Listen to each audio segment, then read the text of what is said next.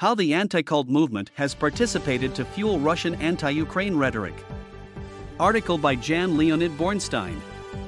Published on March 22, 2022, at EuropeanTimes.news. Since the Maidan events in 2014, when then-President Yanukovych was forced to resign after huge protests in the streets of Ukraine, the pan-European anti-cult movement, led by the European Federation of Centers of Research and Information on Sectarianism, FECRIS, has been participating in the Russian propaganda machine that finally led to the current war. In 2013, after Ukraine had been on a pro-European trajectory some years and was about to sign an association agreement with the EU which would have more closely integrated political and economic ties between the EU and Ukraine, Putin's forces pressurized Yanukovych to scuttle the agreement. Yanukovych, who was known as a pro-Russian corrupted leader, caved in, and that started what has been called the Maidan Revolution in Ukraine. Counting on religious forces against the West. The Maidan Revolution represented a major threat in the mind of Putin, who then started a propaganda machine to discredit the new authorities. Since then, the Russian rhetoric against Ukraine's new democratic forces in power, which were definitely not pro-Russian, included accusations of being neo-Nazis, but also to be puppets of Western democracies hiding an anti-Russian agenda. For his propaganda, he counted largely on his religious forces, mainly the Russian Orthodox Church, which still had quite an important influence in Ukraine. The Russian Orthodox Church's main leaders, such as Patriarch Kirill, have always backed Putin's efforts to get rid of pro-European forces in Ukraine, accusing them of persecuting Ukrainian Orthodox members affiliated to the Moscow Patriarchate, which might have been true to some extent, as the opposite was true in Russian-controlled occupied territories in Ukraine, but also to threaten the old Rus unity. And they are still doing so, as we could see recently when Patriarch Kirill accused those who oppose Putin's war in Ukraine to be the forces of evil. Alexander Dvorkin, the sectologist. Patriarch Kirill and Vladimir Putin could also count on the anti-cult movement, which in Russia was led by Vice President of FECRIS Alexander Dvorkin, a Russian Orthodox theologian who was often presented as an expert in sectology by Russian authorities.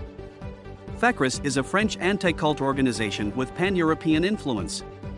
The French government provides the majority of FECRIS funding, and in fact it was founded by a French anti-cult association called UNADFI, National Union of Associations for the Defense of Families and Individuals Against Cults, in 1994. At the very beginning of the new Ukrainian government that had been elected after Yanukovych's resignation, on April 30, 2014, Alexander Dvorkin was interviewed by Radio Voice of Russia, the main Russian governmental radio, that a few months later changed its name to Radio Sputnik.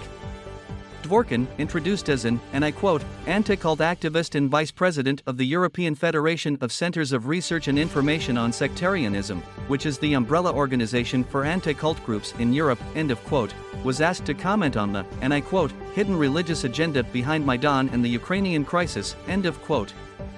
He then forwarded the Russian state propaganda in a very interesting way. Greek Catholics, Baptists, and other so-called cults targeted.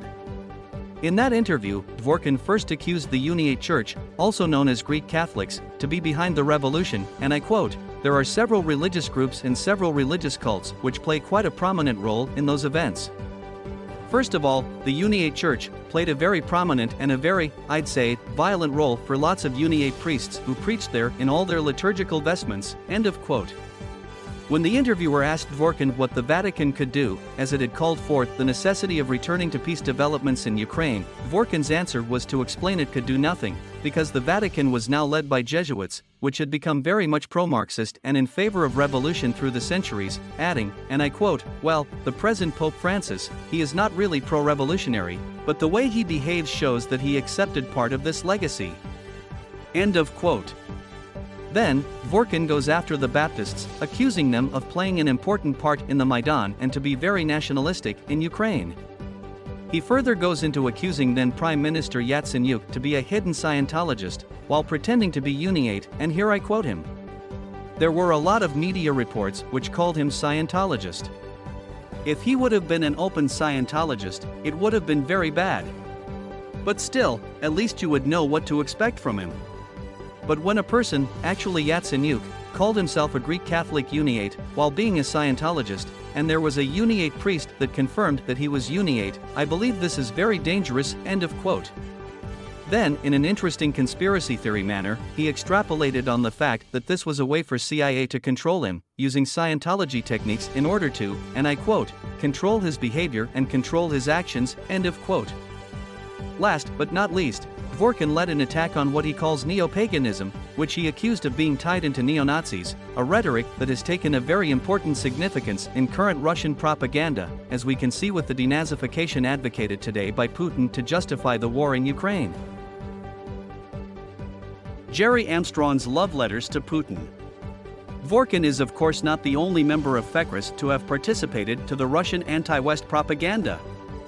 Amongst others, an American-born member of FECRIS, Jerry Armstrong, wrote 2 letters to Putin which have been published, one on the Russian Orthodox Church website Proslavy.ru and the other on the FECRIS Russian affiliate's website.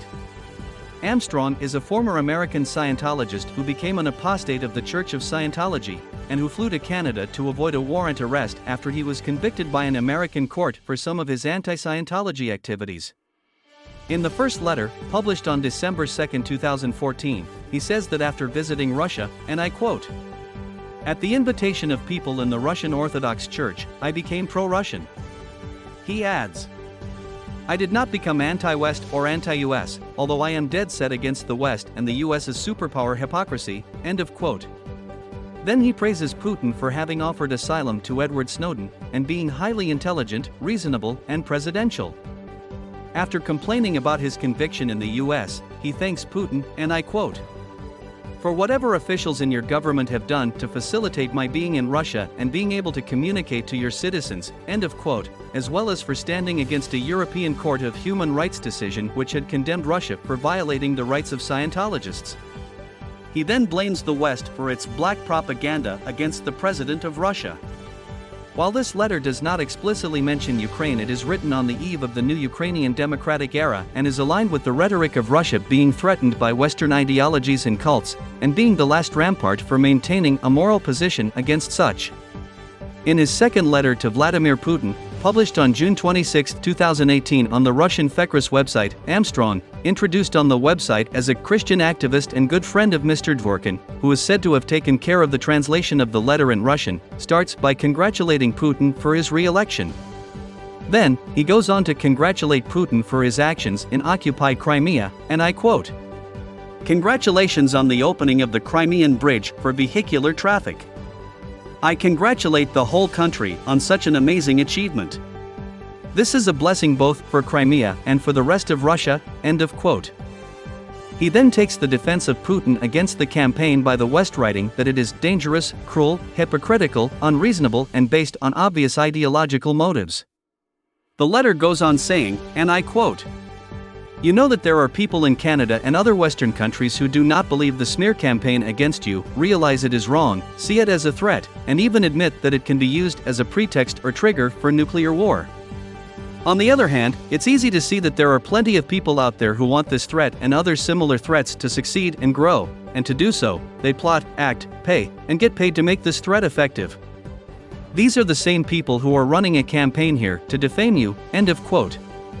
Again, this is a conspiracy rhetoric that is of great significance, because it puts the blame of war on the West and its so-called smear campaign, that would be the underlying cause of Putin's obligation to start a war in Ukraine. USRF report on the anti-cult movement in Russia. In 2020, the U.S. Commission on International Religious Freedom, USRF, published a report called The Anti-Cult Movement and Religious Regulation in Russia and the Former Soviet Union. The report explains that, and I quote, "While both the Soviet legacy and the Russian Orthodox Church are major influences, current attitudes about and approaches to religious minorities also stem from other factors, including post-Soviet socio-economic developments, the Putin regime's desire for national unity, individual fears about family security or change generally, and transnational concerns about the perceived dangers from new religious movements. Ironically enough, it goes to the roots of the anti-cult movement, which definitely originate in the West." The report explains that after 2009, and I quote, "The rhetoric of the anti-cult movement and the Russian state have converged noticeably over the subsequent decade. Echoing Putin's concerns about spiritual and moral security, Dworkin claimed in 2007 that NRMs deliberately inflict damage on Russian patriotic feelings, end of quote. And that's how the convergence began, and why the Russian Orthodox Church and the anti-cult movement became key in Putin's propaganda agenda. Speaking of Dworkin, the report says, and I quote, "Dworkin's influence has also extended outside of the post-Soviet orbit." In 2009, the same year in which he was appointed head of Russia's Council of Experts, he also became vice president of the European Federation of Research and Information Centers on Sectarianism, FECRIS, a French anti-cult organization with pan-European influence. The French government provides the majority of FECRIS funding, and the group regularly spreads negative propaganda about religious minorities, including at international forums like the OSCE Human Dimensions Conference. Dworkin's center is the primary associate of FECRIS in Russia and receives significant financial support from both the Russian Orthodox Church and the Russian government, end of quote. Then in a chapter called Exporting Intolerance in Ukraine, Ussurf goes on saying, and I quote, "Russia brought along its restrictive religious regulation framework when it invaded Crimea in 2014, including the symbiosis between anti-cult ideas and national security. The occupation regime in Ukraine frequently has used religious regulations to terrorize the general population as well as to target activists in the Crimean Tatar community," end of quote. In its conclusion, the Ussurf report makes clear that, and here is a quote again, "Alexander Dworkin and his associates have carved out influential roles in government and society, shaping the public discourse on religion across numerous countries," end of quote. Donetsk and Luhansk's fight against so-called cults. Interestingly enough, Don-based pseudo-states Donetsk and Luhansk have been the only places in the world that makes fighting cults a constitutional principle. Bitter Winter magazine on religious liberty concluded from that and other evidence of their brutal denial of religious liberty, that, and I quote, "What is happening in the Pseudo-Donetsk People's Republic and Luhansk People's Republic is a clear representation of the dystopic Orthodox theocracy Putin's ideologists have in mind for a Russian world whose borders they continuously expand," end of quote. It's also not the first time that the anti-cult movement in general, and FECRIS in particular, is linked to nationalistic and pro-war propaganda across Europe. In a report published in July 2005 and signed by a French attorney and Miroslav Yankovic, who later became the OSCE National Legal Officer in Serbia, it was pointed out that the FECRIS representative in Serbia was Colonel Bratislav Petrovic. FECRIS past in Serbia. According to the report, Colonel Bratislav Petrovic of the Yugoslav Army was also a neuropsychiatrist. During the Milosevic regime, he headed the Institute for Mental Health and Military Psychology of the Military Academy in Belgrade. From that position, he specialized in the selection and psychological preparation of the soldiers of Milosevic's army before they were sent to war. Colonel Petrovic was also instrumental in forwarding Milosevic's propaganda that the Serbs were the victims and not the perpetrators of genocide in Bosnia, contrary to all reliable UN reports on the subject. The report goes further saying, and I quote, "Petrovic is now applying his psychological techniques of indoctrination to target religious minorities. Yet this is not new. In 1993, while ethnic and religious cleansing was underway in Croatia and Bosnia, Petrovic used that same ideology to condemn religious minorities within Serbia, accusing them of being terrorist organizations and conveniently labeling them sects," end of quote. The report goes on by listing all the so-called cults that were targeted by FECRIS in Serbia: the Baptists, the Nazarenes, the Adventists, Jehovah's Witnesses, the Mormons, the Pentecostals, Theosophy, Anthroposophy, Alchemy, Kabbalah, the Yoga Centers, Transcendental Meditation, Karma Center, Sri Chinmoy, Sai Baba, Hare Krishna, Falun Gong, the Rosicrucian Order, the Masons, etc. As you can see, Petrovic was far from falling short of cults to fight against. These were similar to those that have been targeted by Dworkin and Russian Orthodox Church propaganda in Russia in their attempt to justify the protection of Russian patriotic feelings and spiritual security. FECRIS backed up by Orthodox leaders and churches in other places.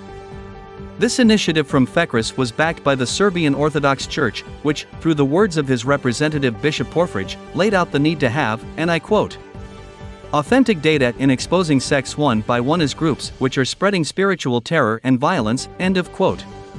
Porphyridge also stated that they, and here is a quote again, "fight against this evil will be easier when the law on religious organizations comes," end of quote, referring to a bill that he and Petrovich had tried to get amended.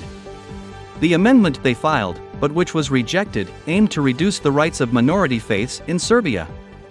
Again, this is very similar to what happened in Russia, excepting that in Russia the law restricting the rights of religious minorities that had been lobbied for by FECRIS was passed and used extensively against non-violent religious groups. Interestingly enough, the FECRIS representative in Belarus has a link on the FECRIS website that links directly to the website of the Belarusian Orthodox Church, which is nothing less than a branch of the Russian Orthodox Church. The Bulgarian representative of FECRIS, the Center for Research on New Religious Movements, publishes on its website calls from the Bulgarian Orthodox Church not to tolerate non-canonical gatherings. Nevertheless, as stated by USCIRF 2020 report, and here I quote again, "Dvorkin and his associates do not exercise a monopoly on Orthodox thought and opinion, and dissenting voices within the Russian Orthodox Church have criticized the anti-cult movement for relying on discredited theories and non-canonical sources," end of quote. Such dissenting voices have not been heard amongst FECRIS. Thank you for listening to the European Times. Do not forget to like, comment and share this article. For more news, please visit our website at europeantimes.news.